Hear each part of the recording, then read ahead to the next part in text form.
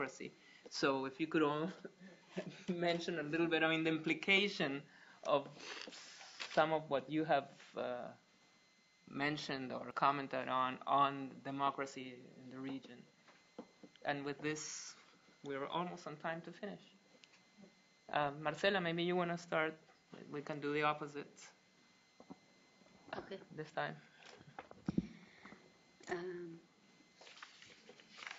There were a lot of questions. Yeah, well, you choose whichever okay. you want to address. I mean, choose, I know there are many. I will choose the last one on democracy, and I will link with the other ones.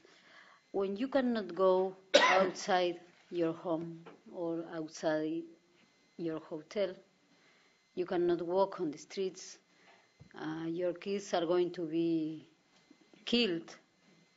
If your kid or you yourself has an accident or somebody shoot you in the street, and the hospitals are not taking you because you didn't pay for the fee that they are imposing, because there is like a kind of insurance in these countries. So if you pay that insurance, if you are getting a bullet in the street, the hospital is going to take you.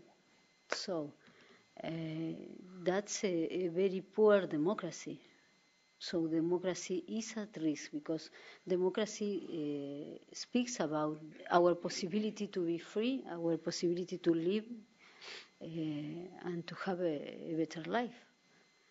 So when you live in those countries and you don't have the opportunity to build up your life, and you don't have which your future will be, or you don't have if your kids will be with you, or if they will emigrate here or to Mexico or to another country, I think that democracy is really challenged there.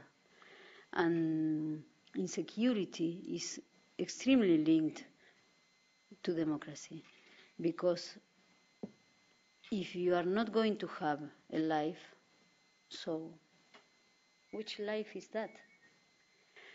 I don't know if it's difficult for me to express this in English, but I should say security equal democracy. It's the possibility to live your life. It's a condition of the human being. You need to be sure a little about what's happening to you tomorrow. And the situation, not only in Central America, in most of our countries, is that you don't know what is going to happen to you tomorrow. You know, if you're going to lose everything you have, if you're going to be damaged. So I think that the intervention of the military is a given fact in Central America. It's not a question for them.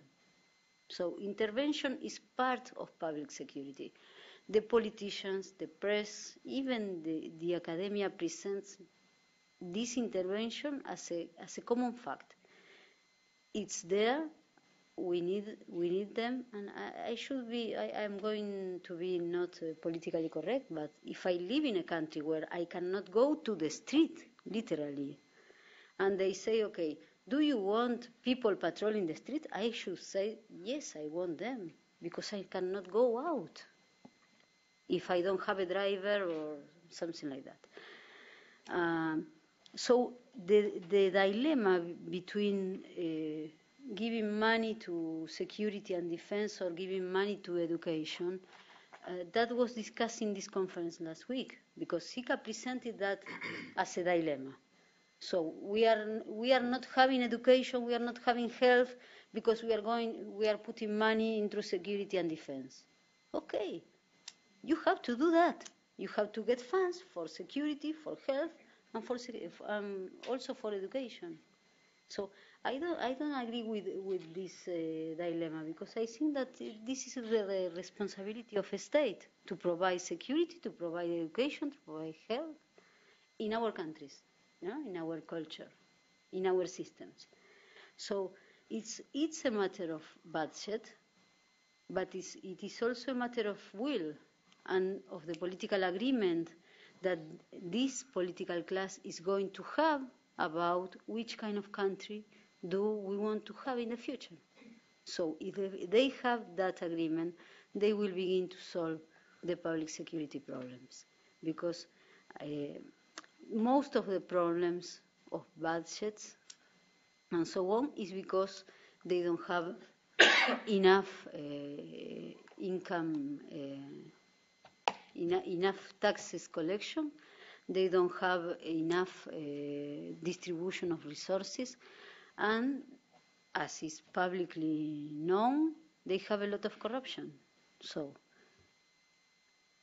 if we don't take these security actors and these security institutions to be supported by the political will, by the political Congress, and by the presidential side of the question, so we will discuss budget all the time. I shouldn't say if it's enough money or not, because that depends on what are you going to do.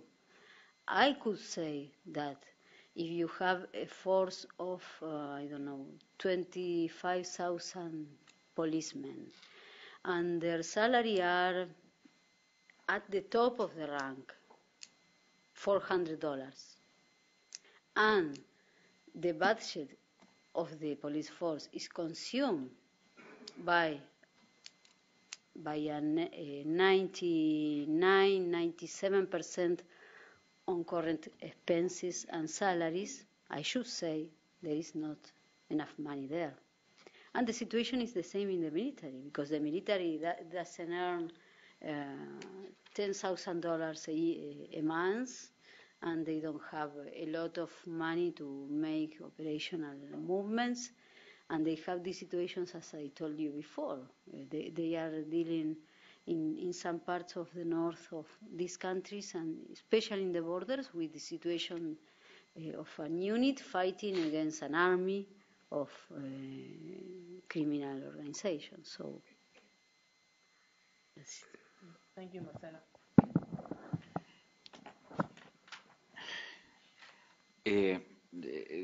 The issue about democracy is hard. I think that I am very pessimist, but at the same time very optimist. Why pessimist? Because I think that basically we have in Central America a gang of sinvergüenzas running the government. I mean, political parties are not accountable. They don't want to be accountable.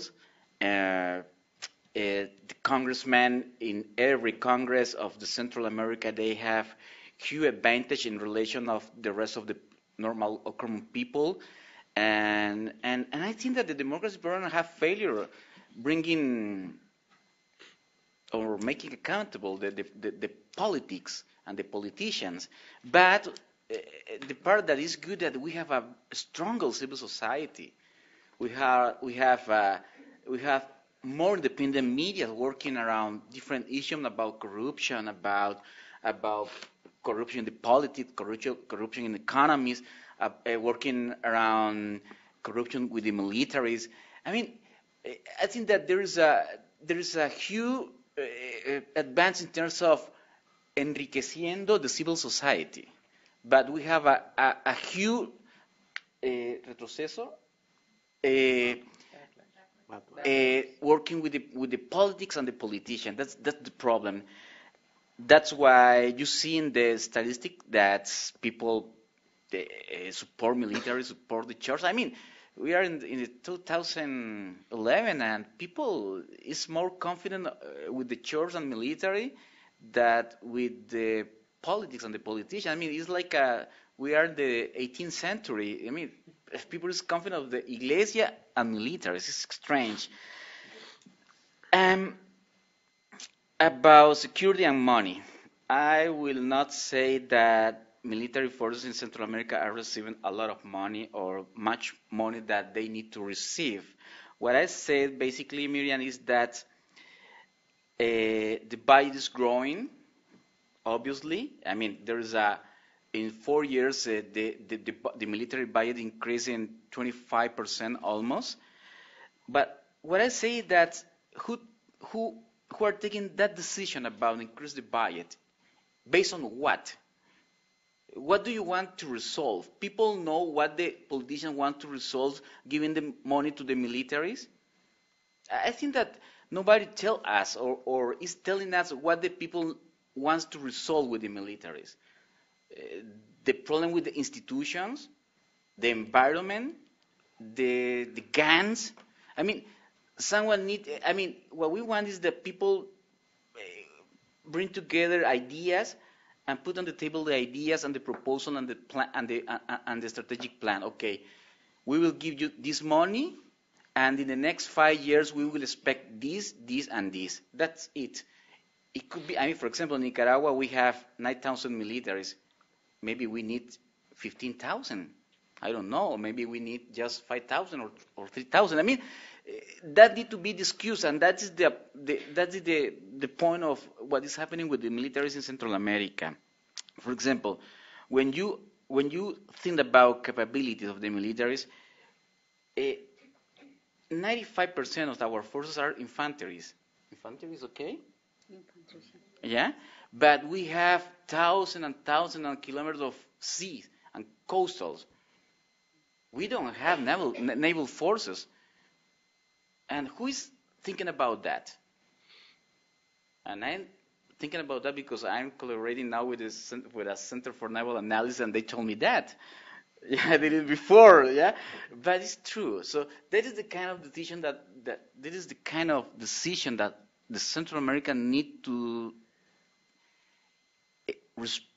see and to put the money and allocate the money in the right institution. When you see the structure when you see how the Nicaraguan military are deployed in the country, most of them are in the middle of the country. Why? It's simple, because the cafeteros, the coffee entrepreneurs, they pay to the military for security. So it's a good business. Stay there, in the heart of the country, in the middle of the country. But it's not a good business. Stay in the coast, when a drug trafficker can kill you. So, and who is watching about that? Who's overseeing that? That's the point that I think that need to be reviewed for the academy, for the research center, and reinforce the focus and reinforce